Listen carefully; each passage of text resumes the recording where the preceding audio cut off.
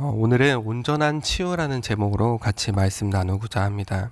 우리는 삶을 살아가면서 크고 작은 상처들을 경험하곤 합니다. 육체적 질병뿐만 아니라 관계적인 단절, 또 경제적인 어려움, 또 감정적인 상처, 또 영적인 침체, 그런 다양한 고통들이 저희들을 짓누르게 되는 것을 경험하게 됩니다. 그러나 성경은 단순한 회복이 아니라 온전한 치유를 해 주시겠다고 약속해 주고 계십니다. 오늘 본문에서는 나병 환자와 중풍병자의 이야기가 등장을 합니다. 이 두 사건은 단순한 기적의 이야기가 아니라 예수님이 죄와 고통에서 완전한 회복을 해 주셨음을 보여주는 놀라운 이야기가 펼쳐지게 됩니다. 이제 우리는 이 말씀을 통해서 진정한 치유가 무엇인지에 대해서 알게 되고, 또 우리의 삶에서 온전한 치유를 경험하기 위해서 어떻게 살아가야 될지에 대해서 한번 나눠보고 알아보는 시간을 갖고자 합니다. 첫 번째는 나병 환자 이야기를 살펴보려고 하는데요. 나병 환자는 단순한 피부병은 아니었습니다. 구약에서 나병은 죄로 인해서 하나님과 단절된 상태를 예표하는 질병 중에 하나였습니다. 레위기 13장 45절에서 46절 말씀을 한번 같이 보도록 하겠습니다. 레위기 13장 45절에서 46절입니다. 나병 환자는 옷을 찢고 머리를 풀며 윗입술을 가리고 외치기를 부정하다 할 것이요, 병 있는 날 동안은 늘 부정할 것이라. 그가 부정한즉 혼자 살되 진영 밖에서 살지니라. 이 말씀처럼 나병 환자는 사회적으로 철저히 격리되었고 성전에도 들어갈 수 없는 존재였습니다. 앞서 말씀드린 것 같이 당시 유대인들은 나병을 단순한 질병으로 놓고 본 것이 아니라 하나님과의 단절된 죄인의 상태로 이 나병을 바라보게 됩니다. 나병 환자는 사람들에게 다가갈 수 없는 존재였습니다. 그러한 나병 환자가 예수님에게 나와왔고 굉장히 간절히 외칩니다. 근데 그 간절히 외치는 그 외마디에 자신의 병을 치유할 수 있는 주체가 누구인지에 대해서 분명히 알고 있는 것을 알 수 있습니다. 오늘 본문 12절에 보면은 이렇게 말합니다. 같이 한번 읽겠습니다. 주여 원하시면 나를 깨끗하게 하실 수 있나이다. 아멘. 예수님은 이 부정한 자를 피하지 않으셨습니다. 오히려 손을 내밀어서 직접 그를 만지시며 치유해 주십니다. 13절 말씀입니다. 예수께서 손을 내밀어 그에게 대시며 이르시되 내가 원하노니 깨끗함을 받으라 하신대 나병이 곧 떠나느니라.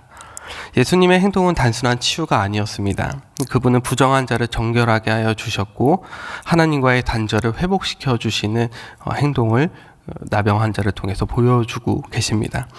그 예수님은 사회적으로도 온전한 회복을 시켜주기 위해서 나병 환자가 자신의 병을 나았음을 증명하기 위해 유대인의 율법에 의해 제사장에 가서 그 자신의 병이 나았음을 증명하라라고, 그 율법에 맞는 도의에 맞는 그 법에 맞춰서 하라고 증명하고 예물을 드리라고 이야기하고 있습니다.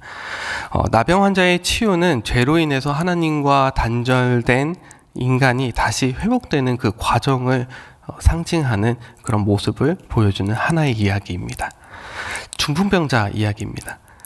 나병 환자가 깨끗함을 강구했다면 중풍병자는 아무 말도 하지 않습니다. 예수님을 만났을 때 아무 말도 하지 않았고 어떤 행동도 하지 않습니다. 오히려 그의 친구들이 중풍병자를 들것에 메어서 예수님께 나아갑니다. 지붕을 뚫고 예수님 앞에 나아가는 그들의 행동을 보면서 우리는 그 단절된 삶에서 다시 회복하기를 간절히 바라는 그 갈망을 느낄 수 있습니다. 예수님께서도 그 친구들의 믿음을 보시고 중풍병자에게 육체적 치유를 먼저 말씀하지 않으십니다. 중풍병자에게 먼저 말씀하셨던 것은 20절에 이렇게 말씀하십니다. 이 사람아 뇌 죄사함을 받았느니라. 예수님께서 이처럼 죄사함을 먼저 선언하신 것은 진정한 치유가 단순히 육체의 몸에 있지 않기 때문에 이런 말씀을 하시는 것입니다. 예수님이 보시기에는 그가 겪고 있는 문제가 육체의 질병이 아니라 그의 내면 안에 있는 그 단절, 그 내면 안에 그 영적인 단절의 문제를 가장 크게 보셨기 때문에 그 죄사함이라는 것을 먼저 선언하고 계십니다. 이에 대해서 바리새인과 서기관들은 굉장히 반발하는 목소리를 바로 보여줍니다. 21절에 서기관과 바리새인들이 이렇게 얘기합니다. 같이 한번 읽어보도록 하겠습니다.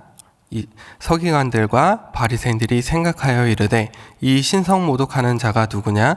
오직 하나님 외에 누가 능히 죄를 사하겠느냐? 그들의 반응은 굉장히 논리적입니다. 죄를 사하는 권세는 오직 하나님밖에는 갖고 있지 않습니다.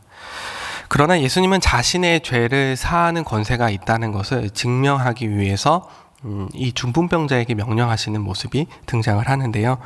누가복음 5장 24절, 오늘 본문 24절에 이렇게 말씀하십니다. 인자가 땅에서 죄를 사하는 권세가 있는 줄을 너희로 알게 하리라. 그렇게 말씀하시면서 중풍병자에게 이렇게 명령하십니다. 일어나 내 침상을 가지고 집으로 가라.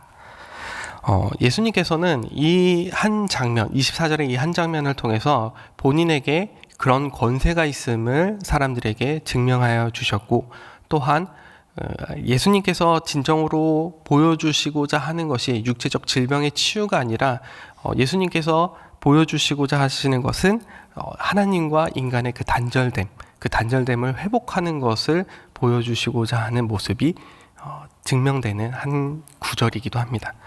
이 말씀과 함께 곧바로 일어나 중풍병자는 걸어서 집으로 돌아갑니다. 질병의 치유와 그 영적인 치유가 동시에 이루어지는 장면이 등장을 하게 되는 순간입니다.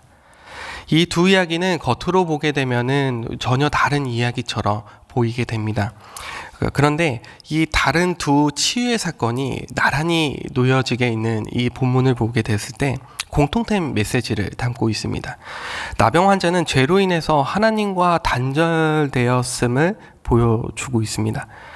그는 예수님의 손길을 통해서 깨끗함을 받았게 되었고 다시 공동체로 돌아갈 수 있게 됩니다. 중풍병자는 육체적으로는 사람들 속에 있었지만은 영적으로는 내적으로는 사람들과 단절된 상태 안에서 놓여져 있었습니다. 그는 예수님을 통해서 죄사함을 받고 다시 그 내면과 육적인 치유를 동시에 받게 됨으로 인해서 다시 사람들 앞에 나아가게 됩니다. 결국 예수님은 단순한 기적의 행위가 아니라 죄로 인해서 단절된 인간의 모습을 회복시켜 주시는 분이심을 보여주고 계십니다. 죄로 인해서 밖으로 내몰린 사람을 다시 공동체로 돌아오게 하시고, 죄로 인해서 하나님과 멀어진 인간을 다시 하나님 앞으로 돌아오게 하시는 분이심을 증명하고 계시는 것이 오늘 이 두 가지 이야기의 사건이라 할 수 있습니다. 우리는 너무 육체적인 질병의 치유 안에 매몰되어서 그것을 바라볼 때가 있습니다.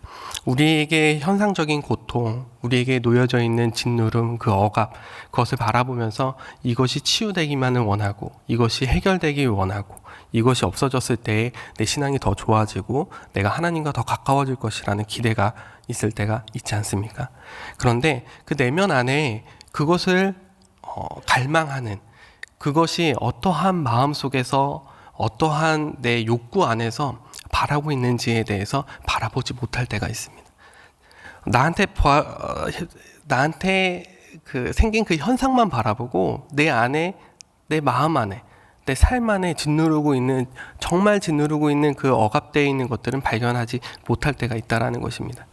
오늘의 이 두 가지 치유의 사건은 단순히 질병의 그 육체적인 고통에 국한되지 않습니다. 우리 내면 안에 있는 어떤 어려움, 아픔, 억압, 짓누름, 이 모든 것을 누구를 통해서 치유할 수 있다고 얘기하십니까?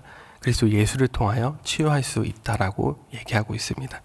우리는 온전한 치유를 위해서는 질병과 현상적인 치유를 강구하는 것이 아니라 내가 내 내면 안에 무엇을 바라보고 있는지, 내가 이 삶 안에서 무엇을 추구하고 무엇을 바라보고 있는지를 먼저 점검하면서 주 앞에 나아가야 하는 것이 옳습니다.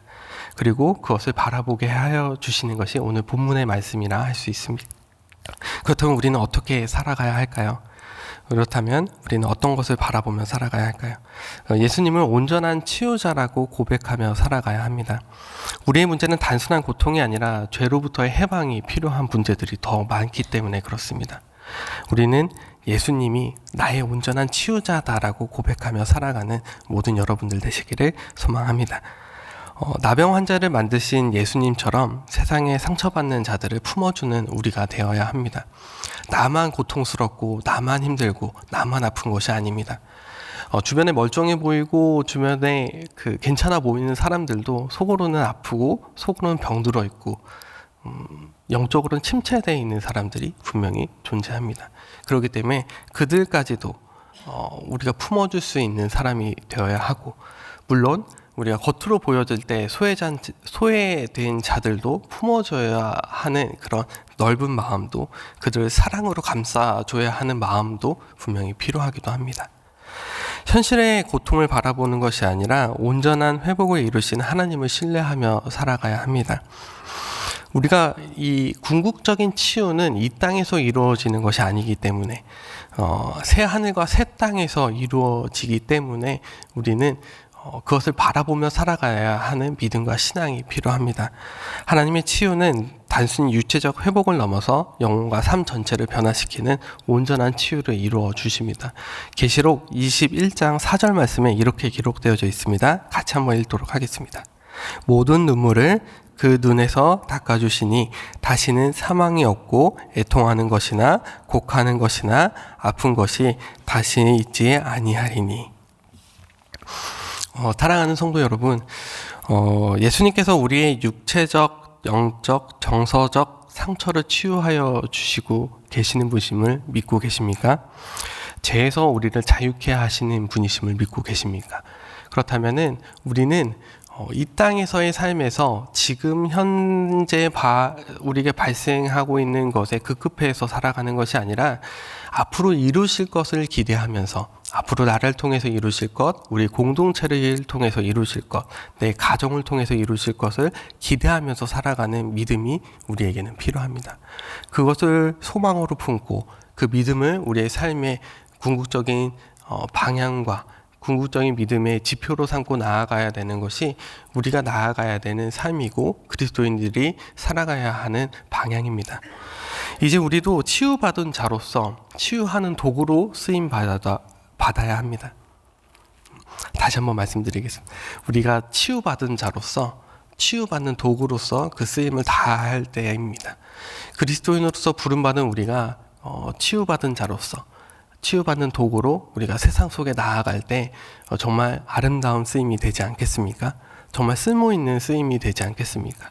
그것이 복음이고 그것이 하나님이 우리를 이 땅에 부르신 이유라 생각이 됩니다. 온전한 치유를 경험한 우리들이 온전한 치유가 어디에 있는지 세상에 증명하고 세상에 보여주는 삶을 살아가시는 오늘의 하루가 되시기를 소망합니다. 오늘 이 시간 기도할 때 이렇게 기도하셨으면 좋겠습니다.